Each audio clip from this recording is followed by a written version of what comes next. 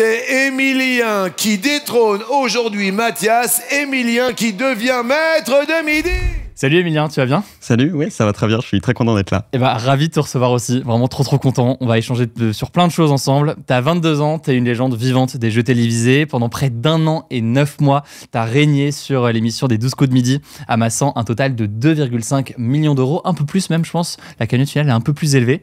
Une série qui s'est achevée ce 6 juillet 2025, après un parcours fantastique qui est historique en France, historique même dans le monde, pour un nombre de séries comme ça, de victoires consécutives. Aujourd'hui donc, on va commencer par revenir sur cette élimination évidemment qui est récente, mais j'ai aussi envie évidemment que tu reviennes sur ton parcours, que tu nous donnes aussi tes meilleurs conseils pour améliorer éventuellement ta mémoire ou sa culture, et que tu nous dévoiles aussi les coulisses de l'émission. On terminera aussi avec un petit oui-non à la fin. Parfait. Mais voilà, gros programme et franchement ravi de te recevoir, donc merci de prendre le temps. Ravi d'être là et puis ravi que... Mais surtout, merci pour l'invitation, quoi. C'est trop sympa. Et au passage, vous êtes encore une majorité à regarder ces vidéos régulièrement et à ne pas être abonné à cette chaîne YouTube dédiée à nos grands formats. Allez, je vous laisse avec l'échange. Alors d'abord, même si elle a été diffusée aujourd'hui, l'émission où tu as été éliminé, elle a été tournée il y a près d'1 mois et demi maintenant. Quel regard est-ce que tu portes avec un petit peu de recul là, près d'1 mois et demi, quel regard est-ce que tu portes sur cette aventure incroyable que tu viens de vivre ? C'est vraiment difficile de porter un regard comme ça sur une aventure. C'est presque 2 ans complets en fait à vivre. Et en fait, j'ai été super content. C'est-à-dire que c'est vraiment une occasion unique. C'est vraiment, on voit des choses, on découvre des choses tous les jours. Et puis, c'est vraiment quelque chose que je m'attendais pas à vivre. Et même en arrivant dans l'émission, on sait qu'il y a des gens qui sont restés très longtemps. On espère pouvoir rester un jour ou 2. Ou 3 jours ou 4, mais jamais on se dit que ça va durer 1 an et demi ou plus que ça même. Donc non, vraiment, c'est exceptionnel. Est-ce que le précédent record pour l'émission, il était de combien ? Il était de 252 émissions. Ok. Ce qui est déjà pas mal. Ce qui est énorme. Ce qui est énorme. Et en fait, même dans mes rêves les plus fous, jamais je m'attendais à rester 250 jours comme ça. Et je suis resté presque 400 jours de plus. Donc non, vraiment, ça dépasse toute imagination, simplement. Et c'était un changement de rythme, forcément, pendant, du coup, là, quasiment 2 ans. Pour revenir forcément sur, peut-être le plus triste, mais le plus récent aussi, et pour revenir là-dessus, sur cette élimination-là, comment ça s'est passé et pourquoi une élimination lors de cette émission ? Comment est-ce que tu l'as vécu ? Déjà, je dirais pas que c'est le moment le plus triste. Ouais. C'est-à-dire que vraiment, le parcours a été tellement exceptionnel et vraiment, je m'attendais tellement pas à ce que ça dure aussi longtemps qu'en fait, ça faisait longtemps que je m'étais préparé. Je dirais, en fait, on le sait, quand on arrive, quand on gagne, il y a un moment où il faut qu'on perde. C'est la suite logique. Donc en fait, s'il n'y a pas de ce truc de c'est le moment le plus triste, c'est juste la suite, c'est la fin logique. Il n'y a pas de tristesse là-dessus. Et pourquoi perdre à cette émission-là ? Simplement parce que j'avais pas les réponses. Ouais. C'est aussi simple que ça. C'est assez évident, mais comment tu l'as ressenti pour ceux peut-être qui n'ont pas vu l'émission ? C'était face à qui que ça s'est joué ? C'était face à quelqu'un qui s'appelle Romain. C'était au coup fatal, c'est-à-dire c'est un moment où on a 1 minute d'un chronomètre, et quand on répond bien, notre chronomètre s'arrête et c'est à l'autre de répondre. Et simplement, il a mieux répondu que moi. Il lui restait presque 20 secondes ou un peu plus de 20 secondes même dans ces eaux-là. J'avais pas les réponses aux questions qu'on me posait. Et mon chronomètre est arrivé à 0 simplement. Faut aussi le dire, c'est un secret. Enfin, la question de ton élimination lors de cette émission, c'était un secret qui était dur à garder parce que d'ailleurs, on en parlait tout à l'heure, mais forcément, c'était pas évident de garder ce secret-là. Toi, t'as joué le jeu, évidemment, t'as rien révélé jusqu'au jour J, jusqu'à aujourd'hui, mais forcément, c'est quelque chose aussi qui a un petit peu fuité avant, quoi. Bah forcément, moi, j'ai essayé de garder ça comme prévu, le plus secret possible, mais effectivement, c'est sorti assez rapidement, et ça, c'était difficile à garder. Mais avant de poursuivre, un mot concernant notre partenaire du jour, Trade Republic, qui pourrait vous intéresser, surtout à cette période de l'année. Entre les vacances, les restaurants et les festivals, l'été, c'est clairement l'une des saisons où l'on dépense le plus. Et dans ce contexte, gérer son argent intelligemment peut vraiment faire la différence. C'est là que Trade Republic peut vous aider. Trade Republic, c'est une banque 100% mobile sans frais de compte qui a mis en place des outils concrets pour vous aider à épargner, même quand vous êtes en train de dépenser. Par exemple, leur carte bancaire permet de récupérer automatiquement 1% sur chacun de vos achats. Ça s'appelle le Save Back. Chaque dépense devient une petite épargne. Et ce n'est pas tout, même quand vous n'utilisez pas votre argent, il continue de travailler pour vous. L'argent laissé sur votre compte courant rapporte 2% d'intérêt brut par an, versé tous les mois au taux de la Banque Centrale Européenne. Donc quand vous dépensez, vous épargnez en même temps et votre argent ne dort jamais. Plutôt pratique pour garder un peu d'avance, même pendant les vacances. Alors si ça vous intéresse, il y a un lien en description avec une offre spéciale pour les nouveaux clients de 20 € offerts sous forme d'ETF, sous condition. Qu'est-ce qui t'a traversé les esprits du coup juste après cette émission-là? Du coup, tu l'as dit, c'était pas forcément de déception. Est-ce qu'il y avait presque du coup une forme de soulagement? Peut-être que je sais pas, comment tu le sens? C'est peut-être un peu, j'allais dire peut-être un peu dur de dire soulagement, mais il y a quand même ce truc où ça reste des émissions qui s'enchaînent, ça reste de la fatigue, ça reste du stress aussi, parce que c'est quelque chose de complètement inhabituel. Et donc, il y a vraiment ce truc de stress qui, même s'il y a du stress au départ, il y a du stress aussi qui s'accumule, parce qu'il y a le fait qu'on reste là, faut rester concentré pendant les émissions. Et donc, en fait, au moment où je perds, il y a vraiment ce truc de « Ok, on souffle, c'est pas grave, de toute façon, je savais que ça allait arriver. » Et puis maintenant, c'est d'autres portes qui s'ouvrent, un autre monde, le monde de l'après 12 coups de midi. Ouais. Et puis c'est ça. Parce que c'était combien d'émissions que vous tourniez par jour en moyenne? C'était la plupart du temps, c'était 5 émissions par jour. Il y a eu des journées à 6 émissions par jour, ce qui fait des bons 10-11 heures de tournage. Voilà. Ouais, donc du coup, tu dois rester concentré pendant 5-6 heures comme ça. Toi, t'avais ta méthode un peu. Comment est-ce que tu arrivais à rester concentré aussi longtemps Bah, en fait, c'est le truc où c'est relativement dur. En fait, j'aime bien comparer ça à un examen. Où quand on passe un examen, on passe 4 heures sur sa copie, sur sa table, on n'a rien fait, mais on sort, on est lessivé. Ouais. Bah là, ça fait un peu comme enchaîner 2 examens à la suite. Ouais. Et il y a ce truc où j'essaie de profiter au maximum entre les émissions, des temps de repos. Vraiment au maximum, je m'allongeais, je faisais plus rien. Et pour essayer de rester concentré pendant les émissions, parce qu'il y a ce truc du chronomètre, cette épreuve du chronomètre, où en fait c'est extrêmement dur, ça va très vite, que si on patauge un petit peu, le chronomètre continue à défiler, lui. Ouais. Et il faut rester concentré dans ces moments-là, et c'est vrai que ça fait partie des choses qui sont pas évidentes, où faut garder quand même les pieds sur terre à ce moment-là. Tu ressentais du stress du coup avant chaque émission? Ouais, il y a toujours du stress. J'avais quand même vraiment moins de stress à la fin, parce que juste déjà je connaissais l'environnement, les locaux, les personnes autour. À force, ça aide à déstresser, c'est sûr. Mais il y a toujours du stress, parce que ça reste quelque chose où on se dit que si on se rate sur une émission, sur une question, les questions, quand on est pris en duel, c'est une seule question. Donc si on rate la question, c'est terminé. Le chronomètre, c'est 1 minute. 1 minute, c'est extrêmement rapide. Ça va très vite, donc oui, il y a forcément du stress pour essayer de faire au mieux. En fait, c'était ça, simplement essayer de faire au mieux à chaque fois. Si on revient un peu au début, comment ça se passe un casting d'une émission comme celle-ci? En l'occurrence, moi, j'ai passé le casting en visio la 2e fois que je l'ai passé, parce que j'avais passé le casting une première fois quand j'ai eu 18 ans.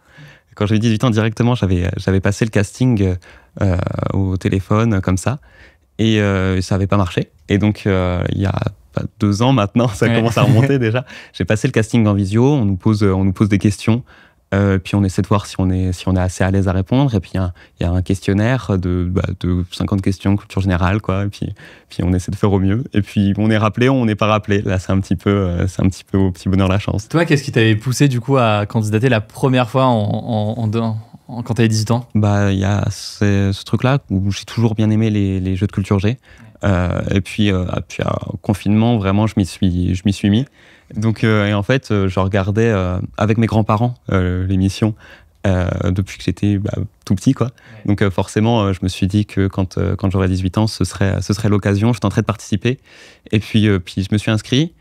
Ça n'a pas marché, du coup. Et là, j'ai suivi, du coup, il y a 2 ans, les conseils de ma grand-mère, c'est avec elle qui m'a dit « retente les sélections, retente ta chance ». Et donc, j'ai suivi ce qu'elle m'avait dit, et puis voilà. Elle voulait te voir sur l'émission. Tu te souviens de la première question qu'on t'a posée lors de la première émission ou pas? Oui, la toute première question, c'était à quoi l'ingénieur aéronautique Edward Murphy a-t-il laissé son nom? Ok, la loi de Murphy. La loi de Murphy, voilà. Donc forcément, il y a des choses qui marquent. Je dirais une loi. Et c'est Emilien qui commence super bien, qui reste au vert. Cette émission-là, la toute première, même la toute première question, je crois que je m'en souviens quasiment par cœur. Ouais. Voilà, il y a des choses qui marquent complètement. J'imagine, c'est des choses qui sont restées. Et comment t'as senti après l'évolution au fur et à mesure des jours? À partir de quel moment est-ce que t'as l'impression qu'il y a une sorte de pivot entre c'est un candidat qui reste quelques semaines, comme ça arrive souvent, ah bah en fait non, là il est peut-être parti pour durer très longtemps. En fait, je sais pas s'il y a vraiment s'il y a vraiment ce moment clé, d'autant qu'en fait, on peut perdre tous les jours. Il y a cette chose où on repasse par toutes les étapes de l'émission, du début jusqu'à la fin, donc on peut perdre vraiment tous les jours. Il y a cette étape du chronomètre qui est très rapide. Quand on est pris en duel aussi, c'est une seule question, donc c'est très rapide. Et puis les manches d'avant où on peut soi-même passer au rouge et défier quelqu'un, ce qui m'est même arrivé assez vite. Et en fait, donc il n'y a pas cette chose où on se dit ça peut durer très longtemps. On sait que ça peut durer, comme on sait que ça peut s'arrêter du jour au lendemain. Ouais. Donc c'est assez, j'allais dire, c'est assez cruel, et en même temps c'est ce qui fait le sel du jeu. Et parce que du coup on repasse partout, et ça rend le jeu plus complexe peut-être, mais en même temps plus sympa à suivre et sympa à vivre aussi. Non, c'est sûr, oui, j'imagine. Avec encore une fois cette dose de stress qu'on peut imaginer, mais ça devait être assez excitant, quoi. Et tu étais étudiant en histoire, en licence d'histoire, il me semble, au début de l'émission. À partir de quel moment est-ce que tu as arrêté, et comment s'est fait ce choix-là ? En fait, ça n'a pas vraiment été un choix. J'avais suivi tout mon premier semestre. Okay. Pour essayer de passer les examens, parce que je pensais que je serais disponible aux examens. Et en fait, au moment des partiels... Trop pessimiste, là, c'est vraiment le...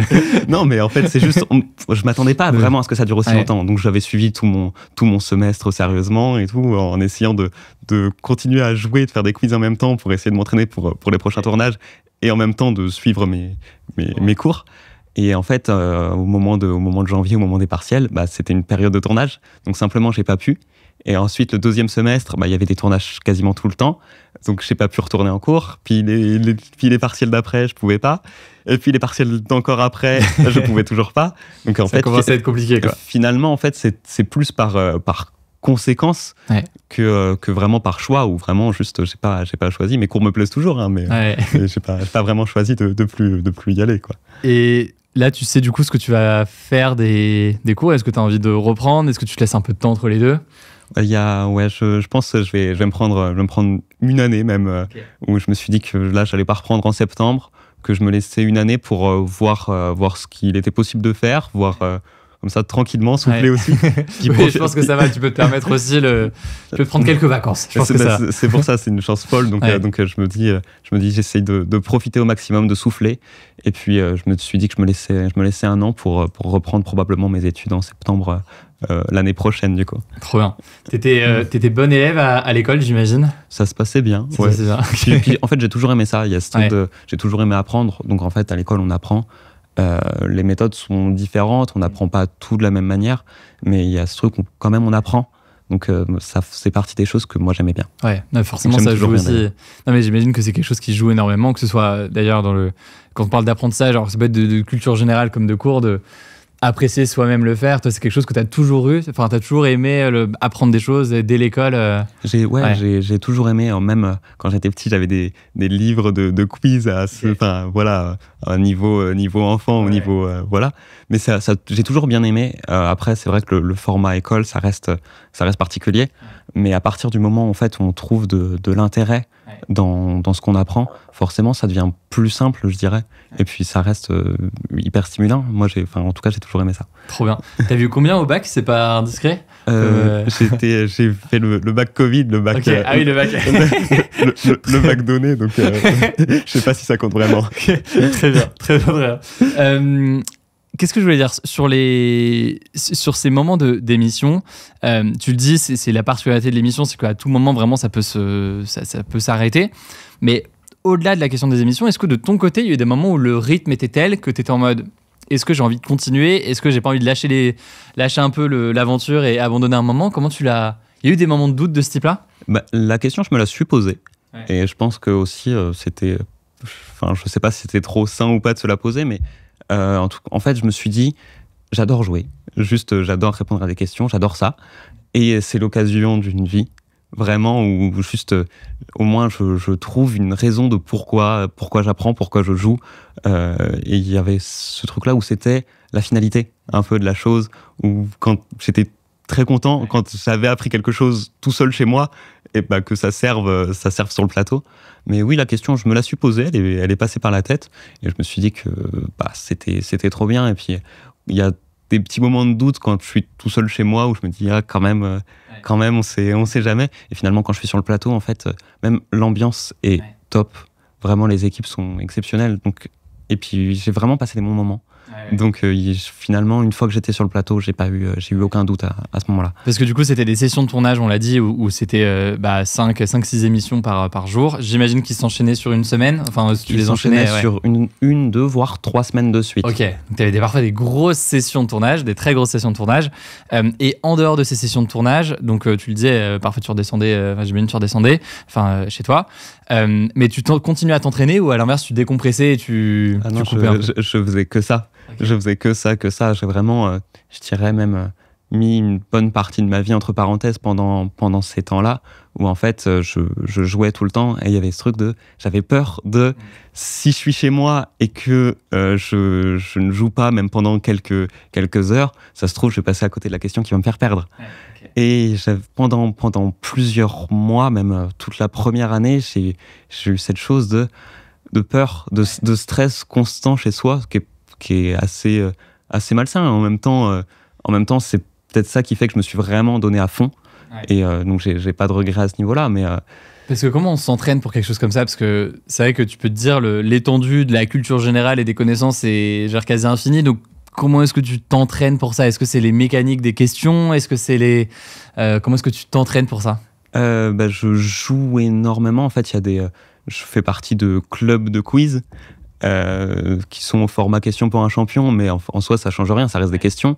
Je joue sur des sites en ligne, des sites qui sont programmés, enfin je dirais entre guillemets, qui sont faits pour avoir les bases pour le quiz. Donc il y a ces sites-là, il y a jouer énormément, et puis même en fait c'est ça, vraiment juste faire des questions, répondre à des questions, je dirais même à la chaîne, presque vraiment machinalement. Et il y a des fois où, quand on fait ça, même en étant épuisé, en fait, c'est ça où on joue tout sur les réflexes, et ce qui fait qu'on peut jouer en réflexe aussi en étant fatigué sur le plateau. Parce que du coup, c'est vrai que c'est une des questions que les gens se posent, je pense, c'est l'acquisition de cette culture générale, même dans le cadre d'un quiz comme ça. La meilleure façon d'apprendre dans ce cas précis, en tout cas pour une émission de jeu, ça reste de faire des jeux et de faire des quiz. C'est pas de se dire je vais bachoter un truc, des bouquins sur telle ou telle thématique et je vais me les farcir. Non, il y a plus cette logique de passer par le jeu. C'est vraiment les deux se complètent entre la culture générale en elle-même et vraiment le côté quiz, le côté jeu. Les deux se complètent, ou les deux vont quand même relativement bien ensemble parce que c'est logique. Mais en fait, il y a plein de fois où dans quiz, on peut répondre à une question. On n'a pas vu le film, on n'a pas lu le livre, mais on connaît les dates de l'auteur, quand est sorti le livre, ou très vaguement de quoi ça parle, voire pas du tout. Mais ça reste deux choses qui sont différentes. Et je dirais que l'un ouvre sur l'autre. C'est-à-dire que les quiz ouvrent sur la culture générale en elle-même, parce qu'on n'a pas le temps de tout voir, tout lire, tout faire, mais ça permet de s'ouvrir à plein de choses et de prendre un peu, de piocher ce qu'on préférerait découvrir. Ouais, ça ouvre une forme un champ des possibles, et ça tu te dis ok, peut-être que via typiquement des quiz ou quoi, tu vas apprendre l'existence de tel ou tel film, tel ou tel bouquin ou telle ou telle chose, et ça peut te donner envie de le découvrir derrière. Ouais, exactement. Ça a été aussi, j'imagine, du coup, d'un point de vue d'équilibre, vie pro, en tout cas, vie de quiz, je sais pas comment est-ce qu'on dit ça, mais voilà, de l'émission et la vie plus perso. Un équilibre, j'imagine, pas évident à trouver, si en plus tu t'entraînais en dehors des séances de tournage. Après, c'est sûr que c'est forcément, du coup, j'y ai passé du temps. Mais j'ai eu la chance d'être moi pas mal soutenu à ce niveau-là. Donc vraiment, ça a été super sympa à vivre quand même. C'était forcément pas toujours évident, mais franchement, c'est une expérience qui est folle. J'ai vécu ça en partie moi avec ma famille. J'ai été soutenu. Ils sont venus, et donc en fait, on a vraiment vécu ça ensemble en partie. C'est moi qui jouais, mais eux étaient là avec moi. Ouais. Donc vraiment, c'était eux-mêmes regardaient au quotidien. Au bout d'un moment, ils étaient en mode bon, tu nous préviendras le jour où finalement t'es éliminé parce que. Mes grands-parents sont vraiment au quotidien. Okay. Au quotidien, même quand je les avais au téléphone, quand l'émission commençait, c'était je suis désolé, faut raccrocher. Tu es à la télé aujourd'hui. Tu dois tout regarder à la télé en fait. Donc voilà, non, mais mes grands-parents étaient à fond. Okay. Le reste de ma famille a décroché un parti au fur et à mesure. On regardait un peu plus épisodiquement, mais non, mes grands-parents étaient à fond et puis j'ai toujours été soutenu à fond, ça c'est sûr. Trop bien. Forcément, après plus d'1 an et demi, quasiment 2 ans dans l'émission de façon quotidienne et sur une émission forcément qui est extrêmement, qui est beaucoup regardée, j'imagine aussi que le regard des gens a changé. Je trouve qu'il y a aussi quelque chose d'assez particulier dans ton cas, c'est que moi, je le vois même dans mon entourage. Je pense que ma grand-mère te connaît, comme ma petite sœur te connaît aussi. Et donc, il y a aussi même des gens qui ne regardent pas l'émission régulièrement parce qu'ils t'ont vu, je sais pas, récemment sur des streams avec Étoile où ils ont vu des TikTok passer de toi en train de corriger des questions, par exemple, entre autres. Que peut-on dire de l'Indonésie? Jakarta est la capitale. C'est une bonne réponse. Excusez-moi. Ah oui, Emilien. C'est faux. C'est plus le cas depuis août dernier. Et voilà le travail. T'es aussi devenu quelqu'un en vrai, une personnalité publique. Ça, c'est quelque chose que j'imagine que t'avais pas forcément anticipé, parce que quand on reste 2 semaines dans une émission, c'est pas pareil que si on reste 2 ans. Comment est-ce que t'as vécu ce changement quand même dans ton quotidien d'une certaine façon? C'est assez particulier. On est prévenu que quand on reste quelques jours dans l'émission, on va être reconnu, que ça va commencer à changer deux, trois choses dans nos vies. Et c'est toujours assez particulier. J'avoue que j'ai même ressenti le fait d'être reconnu par des personnes. En fait, c'était majoritairement des personnes âgées au départ, qui est le public principal de l'émission, je dirais, en partie. Ouais. Et puis, il y a vraiment eu ce virage à un moment. Le virage TikTok, le virage TikTok, et le virage avec Étoile aussi, où du coup il y a eu pas mal de jeunes qu'on découvert comme ça. Donc vraiment, il y a eu un peu ce virage où maintenant du coup c'est un peu les deux. Et mais ça reste, je dirais, sympa dans un sens particulier, parce que tu perds en intimité, tu perds pas mal de choses. Donc, tu as toujours l'impression que t'es un peu regardé. Des fois, c'est pas toujours ce qu'il y a de plus agréable en vrai. Voilà. Mais ça reste possibilité d'échanger. On sent aussi que j'ai pu discuter avec des personnes qui disaient que l'émission, c'était le moment où ça leur faisait du bien. Ça dépasse un petit peu et en même temps, ça fait chaud au cœur d'entendre ces choses-là, quoi. Et du coup, j'imagine que les derniers jours, là, ça avait un peu fuité sur ton élimination, etc. Ça devait être un peu dur à gérer quand les gens venaient te voir et te poser la question. Comment est-ce que tu bottais en touche ou c'était la même réponse que quand j'étais pas encore éliminé. C'est-à-dire, je suis désolé, je peux pas dire. Ouais. Et puis, vous verrez bien. Et puis, c'est toujours un peu la même réponse. J'essayais d'esquiver au maximum, mais c'est pas facile, quoi. Quand ça se sait, forcément, c'est toujours compliqué d'esquiver. On va parler dans un instant de la question de la mémoire et de la culture générale et tout ça, et un peu si tu as des conseils ou comment est-ce que tu vois tout ça. Mais avant, sur l'émission en tant que telle, est-ce que toi, tu as un souvenir ou un moment marquant dont tu te souviendras encore longtemps? Je crois que c'est difficile de sortir un seul moment, mais le moment qui marque le plus, c'est la première émission, je pense. Ouais. Première émission, on découvre tout.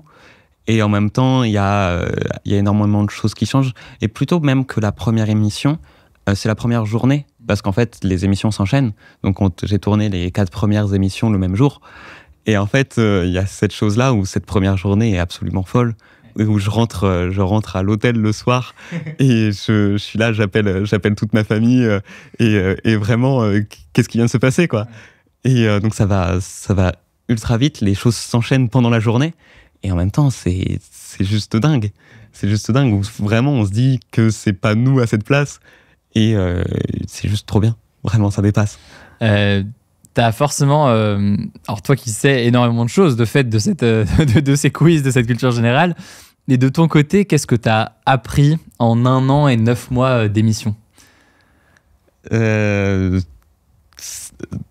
déjà, je me suis ouvert sur plein de sujets qui m'intéressaient pas à la base pour les quiz, qui m'intéressaient pas tant que ça, mais en fait, forcément, fallait élargir un peu le spectre pour essayer de faire au mieux à chaque fois. Donc à ce niveau-là, j'ai pu m'intéresser à des domaines que je maîtrisais pas du tout, que je maîtrise toujours pas d'ailleurs, mais du coup, ça m'a ouvert même sur des films ou quoi, où je me suis mis à regarder des films que je maîtrisais pas. Et d'un point de vue plus large, en fait, il y a ce truc où on apprend sur soi-même aussi. Ça reste une expérience folle. Je crois que je me répète beaucoup, mais non, mais il y a littéralement un truc extraordinaire au sens c'est pas commun, quoi. C'est ça, c'est pas commun, on le sait, et on sait que ça va s'arrêter. Donc en fait, on essaie de profiter au maximum de ces moments-là. Et puis il y a aussi le truc de par pure curiosité aussi, j'aimais bien découvrir simplement la télé, où en fait on voit un peu les rouages, un peu ce qui se passe. J'ai tout cassé. Un peu ce qui se passe, ce qui se passe derrière. Et juste ça, de ce point de vue-là, c'est hyper intéressant. Tu as cette envie clairement d'apprendre et cette curiosité qu'on ressent et qui paraît évidente, qui saute aux yeux. Comment est-ce qu'elle est venue et tu vois, je pense même à des parents, tu vois, qui aimeraient peut-être transmettre un peu cette envie-là aussi à leurs enfants, d'apprendre des choses, quel que soit d'ailleurs le domaine ou le sujet, mais juste de s'ouvrir comme ça à tout un tas de choses. Toi, comment est-ce que c'est venu, selon toi, cette forme de curiosité-là, et comment est-ce que tu le vois ? Franchement, je ne saurais pas dire du tout. C'est-à-dire que ma mère m'a toujours dit que ça avait toujours été là. Okay. Que dès que j'ai pu parler, j'ai posé des questions. Okay. Et même, je pense comme n'importe quel enfant. Mais très, très vite, j'ai eu des livres sur des petites anecdotes, okay. Sur des questions tous azimuts, où en fait on apprenait des choses dans ces livres-là, et ça m'a toujours plu, ça m'a toujours stimulé. J'ai eu ensuite des livres de quiz un petit peu, à bas niveau, mais forcément en fait ça ouvre, et à ce niveau-là ça reste une première approche. Et puis j'ai toujours eu, déjà pour moi-même, l'envie d'apprendre des choses. J'ai toujours bien aimé ça. Et ensuite, je me suis mis plus tard dans le côté jeu, vraiment, parce que ce sont deux choses qui sont un peu différentes. Mais vraiment, en fait, c'est une curiosité, je dirais, qui est naturelle, tu vois. C'est vraiment volonté d'apprendre, et je sais pas pourquoi c'est là, et je sais pas pourquoi ça part pas. C'est aussi quelque chose où je trouve que le cadre, on va dire, d'apprentissage, il joue beaucoup, parce que moi, je le vois dans le cas de ce que je fais, et pourquoi est-ce que même j'ai lancé la chaîne il y a 10 ans maintenant. Il y avait ce truc le sentiment que des médias plus traditionnels ne nous parlaient pas forcément quand on parle de politique ou d'actualité et tout ça, et que même si moi j'avais à l'époque, tu vois, 18 ans, ou même avant, quand ça m'intéressait, 15-16 ans, et que je voulais m'intéresser à la politique ou à l'actualité, j'avais l'impression que je faisais face à des cadres, à des médias qui me parlaient pas et qui rendaient pas tout ça accessible. Et c'est aussi, je pense, tu vois, tu parles de format de quiz et de façon d'apprendre. C'est aussi, je pense, arriver à trouver sa façon ou son cadre qui peut nous parler, quoi. Ça peut être ce truc-là. Puis je reviens sur ce que tu disais. Du coup, t'as trouvé, toi, le truc où t'as parlé aux jeunes directement d'une manière, et puis tu m'as parlé à moi aussi. Okay, trop bien. Vraiment. Et sur ça, vraiment, t'as ouvert plein de choses.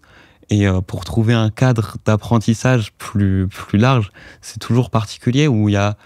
En fait, il faut apprendre ce qui nous plaît, juste s'intéresser à ce qui nous plaît. Et puis, il n'y a pas de choses, il n'y a pas de mal, en plus, à pas s'intéresser à certaines choses.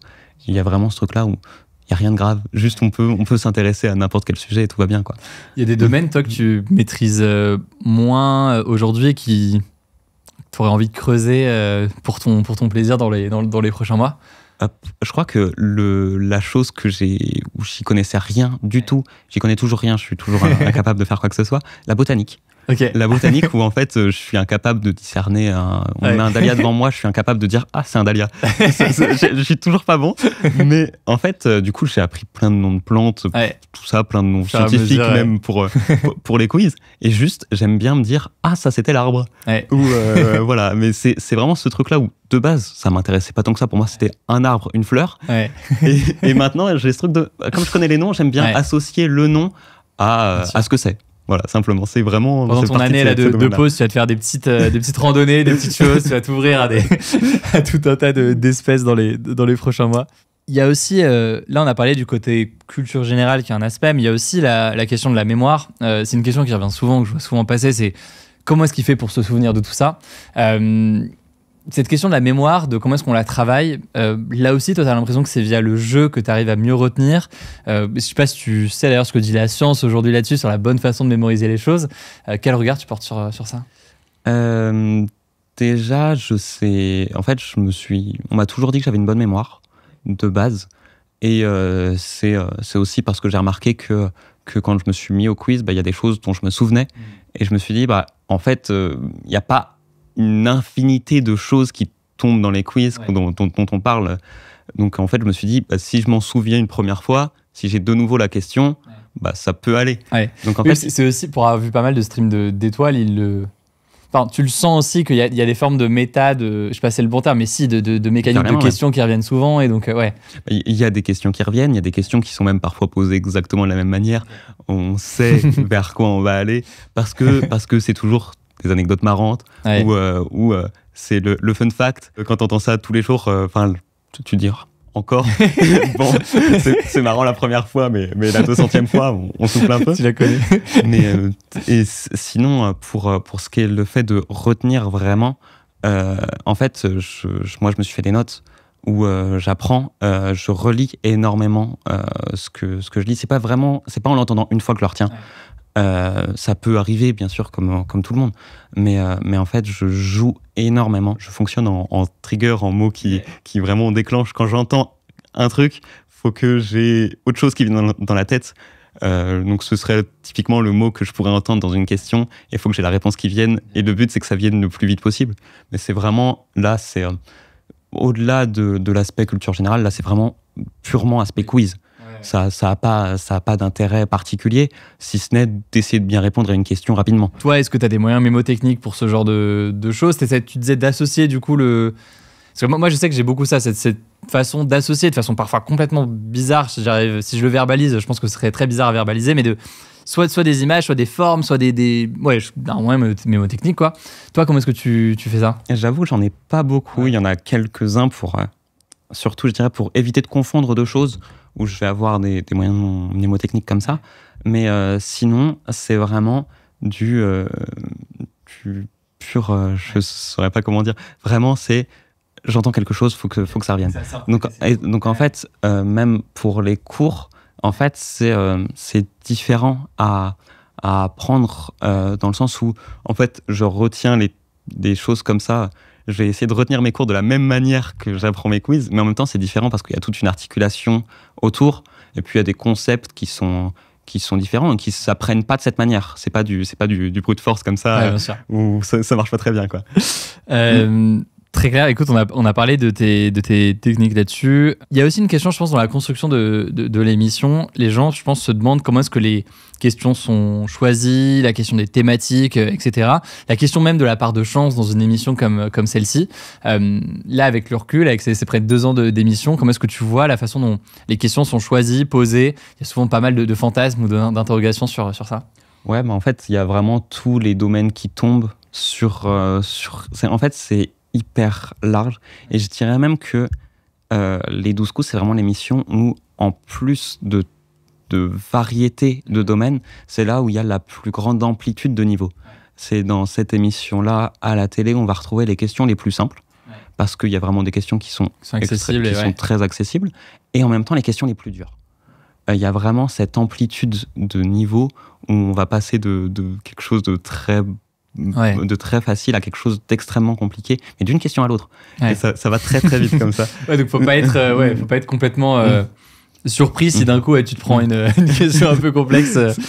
C'est ça. Non, mais en fait, il y a vraiment ce truc-là où, et même en fait, ça fait partie des choses que j'aimais bien. Et aussi, c'est pour ça aussi, je pense que l'émission marche bien, très bien même.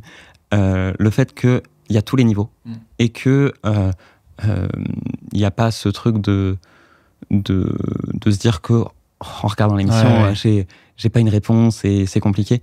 Je pense que tout le monde a des réponses en venant jouer ou en regardant l'émission. Et en même temps, il y a des choses qu'on apprend qui sont ultra dures, ultra pointues. Et puis même dans les domaines, c'est vrai que J'ai vu passer pas mal de screens ou d'autres questions, de choses même liées à Internet. Alors, je sais qu'il y avait une question même sur la chaîne qui était tombée un jour, mais comme il y a des questions sur d'autres, sur des créateurs de contenu, sur Internet, sur des trends, sur TikTok, sur des trucs. Donc, on voit aussi qu'ils essaient d'élargir, on va dire, les thématiques et d'avoir des choses pour toutes les tranches d'âge aussi. Ils essaient, ouais. Du coup, c'est vrai qu'ils font ça depuis un moment. C'est aussi pour essayer de se raccrocher au public plus jeune. Et en même temps, du coup, ce qui fait que quand on pose des questions sur des vieilles actualités à des jeunes, souvent il va pas savoir. Mais il y a aussi ce truc de quand on pose une question sur quelque chose de jeune à une personne plus âgée, il va pas savoir. Et va y avoir moins ce sentiment de jugement de la part du téléspectateur quand lui-même va pas savoir quelque chose de générationnel. Alors qu'il va pouvoir juger plus facilement un jeune qui va pas avoir une ref plus ancienne, quoi. Ouais. Mais c'est aussi d'ailleurs, je pense, un truc plus large qui est le risque parfois dans des jeux, pas forcément dans des jeux télé, mais dans des formats de quiz ou autres, d'avoir, et même plus largement, d'avoir une forme de mépris envers une culture ou envers une thématique ou envers typiquement, on parle des styles musicaux, il peut y avoir une mépris, enfin, on peut mettre sur un piédestal un certain style de musique et dénigrer un autre, et comme ça vaut sur d'autres types de choses. Donc, je me dis, il y a aussi un enjeu de montrer que, non, mais en fait, la culture, c'est un terme qui est tellement vaste, qui englobe plein de choses différentes. C'est ça, et c'est le principe même, c'est que c'est un jeu de culture générale. Donc, général, normalement, on balaye tout. C'est pas censé être un truc élitiste au sens, ou vu comme élitiste avec simplement quelques. Ouais. C'est ça, comme ça pouvait, pas forcément cette émission qui a toujours été relativement, voire même la plus ouverte, je pense, en télé. Mais par exemple, quand on prend Question pour un champion, qui était vu comme très élitiste avant, qui essaye de s'ouvrir également de cette manière ces dernières années, il y a ce truc où vraiment la culture, c'est tout. Ouais. Donc en fait, que ce soit Pokémon ou Beethoven, ça marche pareil, quoi. Au final, on répond à une question et l'un n'a pas plus de valeur que l'autre. Un mot quand même sur ce parcours, ça a été aussi du coup une cagnotte et un montant gagné qui a quand même augmenté. On le rappelle, c'était plus de 2,5 millions d'euros. Forcément, ça suscite beaucoup de fantasmes et d'interrogations. Juste parmi les lots, alors si je dis pas de bêtises, les 2,5 millions, ça inclut... Ça inclut toutes les valeurs des étoiles mystérieuses, donc, qui sont des cadeaux. Voilà, et donc dans les cadeaux, il y a notamment 18 voitures, sauf si ça a encore augmenté depuis. Non, c'est ça ? Ça a monté. C'est 23 voitures. Ok, 23 voitures, bon, très bien. 23 voitures. T'as pas le permis, si je dis pas de bêtises ? J'ai le permis. Ah, tu l'as ? Ok. Mais j'ai eu le permis 2 semaines avant d'arriver à l'émission. D'accord, ok. Donc vraiment, en fait, j'ai littéralement gagné ma première voiture 2 semaines après avoir eu le permis. Et ta deuxième, et ta troisième, et ta quatrième. Voilà, non, mais... chose qui arrive assez rarement. Du coup, qu'est-ce que tu fais vraiment de façon très pratique et plus légère, qu'est-ce que tu fais d'une vingtaine de voitures ? Faut les revendre, j'imagine, tu vas peut-être pas les garder. Forcément, ça sert pas à grand chose de garder autant de voitures, mais j'ai essayé de faire profiter autour de moi. Ouais. Et puis ensuite, forcément, par voiture, au bout d'un moment, ça part à la vente, hein, forcément, voilà, simplement. C'est aussi quelque chose, forcément, 2,5 millions d'euros, c'est colossal, ou équivalent, on va dire, avec les lots, mais ça reste absolument colossal. Comment est-ce que du coup tu vis ça aujourd'hui ? Parce que ça s'est fait, mine de rien, en assez peu de temps, même si ça se fait chaque jour progressivement, mais quand même en très peu de temps. Comment tu vis ce changement factuellement en termes de confort de vie, d'assurance aussi pour plus tard ? Il y a ce truc où ça a été pas complètement évident de se dire que d'un coup j'avais vraiment les moyens. Ça a toujours été. J'ai jamais manqué de rien, quoi, quand j'étais petit. Mais quand même, il y a ce truc où c'est pas pareil, quoi. Je faisais attention, j'ai toujours fait attention, voilà. Mais maintenant, on sait que je peux prendre une marque au-dessus quand je fais mes courses. Ouais. Et il y a ce truc-là où il a fallu un moment pour se dire, ok, en fait, c'est possible et ça va pas changer ma vie, ouais, et je peux le faire. Ouais. Ça y est. Oui, t'as le confort de... C'est ça. Qui disait ça ? Je crois que c'était pas Vald, d'ailleurs, dans une interview... qui disait, en fait, le moment où lui il a senti le déclic du fait d'avoir de l'argent, c'est juste de se dire, typiquement, si je suis dans un truc de fast-food où je peux commander des sauces en plus sans me poser de questions, je peux prendre un truc en dehors du menu sans me poser de questions, et c'est un confort qui dépasse, qui est plaisant, quoi. Mais c'est ça. Puis vraiment, moi, j'ai eu un peu ce truc avec, quand je fais mes courses, bah, au lieu de prendre la marque distributeur, je vais prendre la vraie marque. Ouais. Et c'est vraiment ce truc-là où même il m'a fallu plusieurs mois avant de me dire je fais ça. Et vraiment, c'est ce confort où je sais que c'est un confort vraiment incroyable de se dire c'est possible et c'est trop bien. Je trouvais ça aussi intéressant de mentionner quand même la question de l'argent. Alors, ça suscite beaucoup d'interrogations et tout, mais aussi pour comprendre comment est-ce que tu vois la suite de ton côté. On l'a dit, là, tu as 1 an où tu vas profiter, prendre des vacances bien méritées et vraiment, je te souhaite de prendre les meilleures vacances du monde. Est-ce que tu sais aujourd'hui ce que tu veux faire plus tard ? Comment est-ce que tu te places par rapport à ça ? Pour ce qui est vraiment du futur, je ne saurais pas dire. Ouais. Mais pour ce qui est du court terme, en tout cas, il y a le fait d'être apparu plusieurs fois aux côtés d'étoiles sur Twitch, sur YouTube un peu, d'avoir participé à Culture Clash, où à chaque fois je me suis rendu compte que ça me plaisait. Donc il y a vraiment ce truc-là où je me dis pourquoi pas essayer juste de faire quelque chose sur Internet, parce que en fait ça m'a plu à chaque fois que j'ai participé. Donc c'est ce truc du pourquoi pas, où je me dis ça peut être une bonne occasion, peut-être même faire un review react de l'émission d'aujourd'hui en live, même c'est un peu prévu au moment où on en parle. Il y a des chances que ça se fasse très bien. Demain du coup au moment où la vidéo sort. On mettra parce que du coup tu penses à c'est quoi, c'est une chaîne Twitch auquel tu réfléchis, tu penses à quoi en termes de format ou de... c'est un peu c'est encore en discussion avec moi-même. On a des réunions avec moi-même et je suis en donc non, c'est vraiment en discussion parce que Twitch c'est un format qui est hyper sympa, hyper interactif. Et en même temps, je me suis rendu compte que c'est un vrai métier, que c'est un truc d'animation, que c'est ultra dur. Et je sais pas si moi-même j'ai actuellement ce niveau pour animer quelque chose solo, quoi. En même temps, ça peut venir très vite. Enfin, je pense que t'as le... Enfin, c'est sûr que c'est un exercice qui est particulier, qui est nouveau. Mais je pense que ça pourrait intéresser des gens. Mais très hâte, en tout cas, très hâte de voir... De voir tout ça. C'est à voir ce que ça donnera. Et puis si ça peut intéresser un petit peu, c'est toujours sympa, même ponctuellement, plus ou moins ponctuellement même, ça peut être l'occasion de venir de temps en temps et de mettre un pied toujours, de continuer, quoi. Et c'est vrai qu'il y a la question de ce montant que tu as gagné, de ce changement aussi de statut de fait de ces 2 ans que tu as pu passer dans le cadre de cette émission-là. Donc tu n'as pas encore acté à l'issue de cette année ce que tu feras. Est-ce que typiquement c'est peut-être des choses en ligne ? Est-ce que c'est reprendre des études et un métier classique ? Est-ce que c'est un mélange des deux là-dessus ? J'imagine qu'à date, tu n'as pas encore tranché ton... À date, j'ai pas tranché, non, parce qu'en fait, simplement, y a ce truc de si sur Internet ça me plaît, pourquoi pas continuer, si ça me plaît ou si ça fonctionne, pourquoi pas continuer. Et ensuite, en fait, mes études me plaisent toujours. Donc moi, je vois aucune difficulté à reprendre mes études. Ça rassure mes parents aussi de les reprendre toujours, forcément. Mais donc moi, si je reprends mes études, ça me plaît toujours. Je me le dis toujours que je les reprendrai. Même que ce soit même pour moi-même, juste ça m'intéresse, en fait. J'aimais bien ma licence, donc pourquoi pas la reprendre derrière, c'est sûr. Je n'enlève rien et voilà. Et qu'est-ce que tu te voyais faire avant de participer à l'émission ? Qu'est-ce que tu te voyais faire à l'issue de tes études ? Tu avais déjà quelque chose en tête ?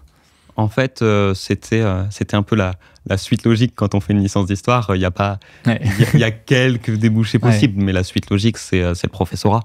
Donc forcément, prof d'histoire, c'était la suite logique. Après, est-ce que je serais allé jusqu'à...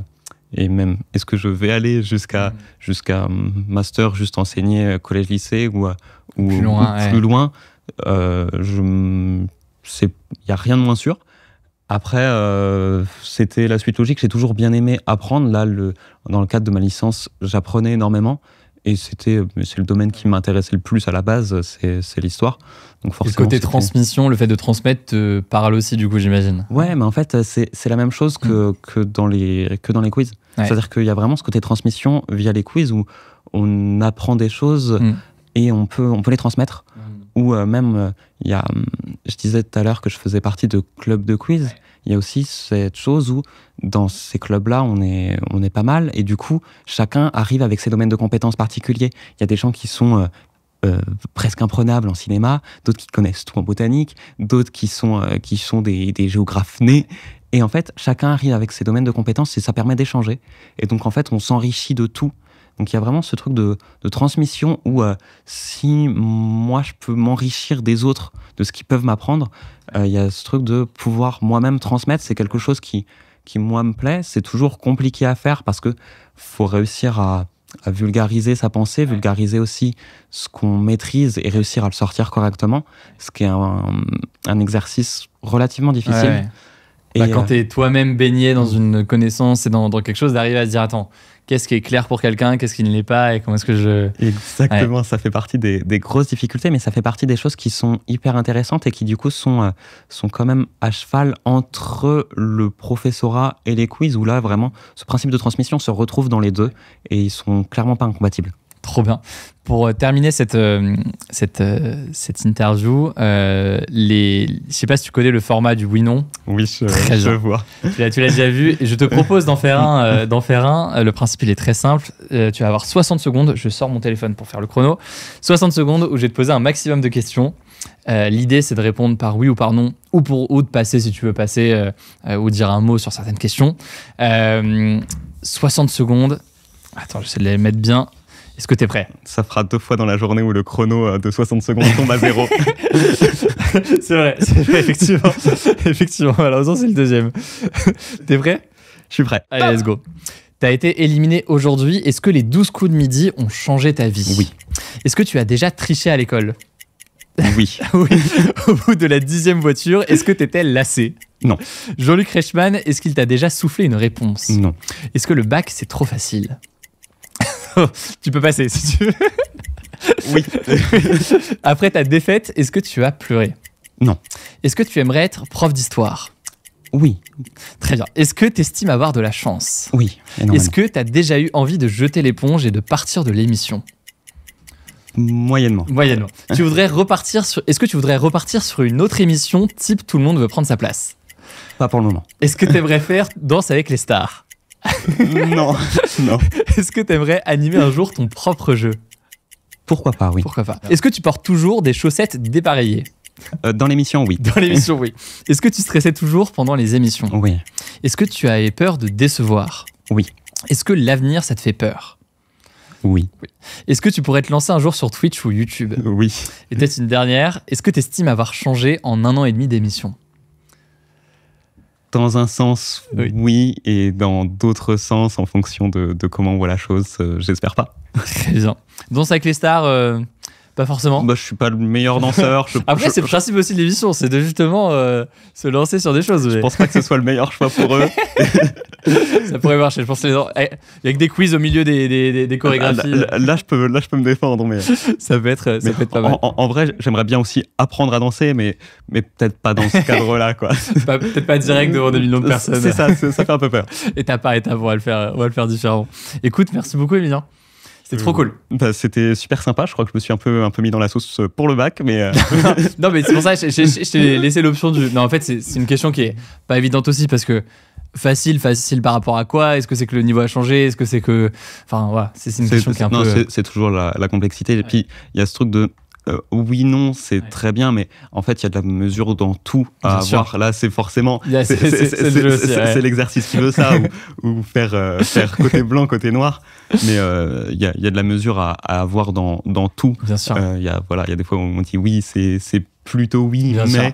Et des fois, c'est l'inverse, donc forcément. Mais complètement. Ça reste sympa. Complètement. Écoute, merci beaucoup pour ton temps. Merci beaucoup trop bien. pour l'invitation. Franchement, ça me fait trop plaisir.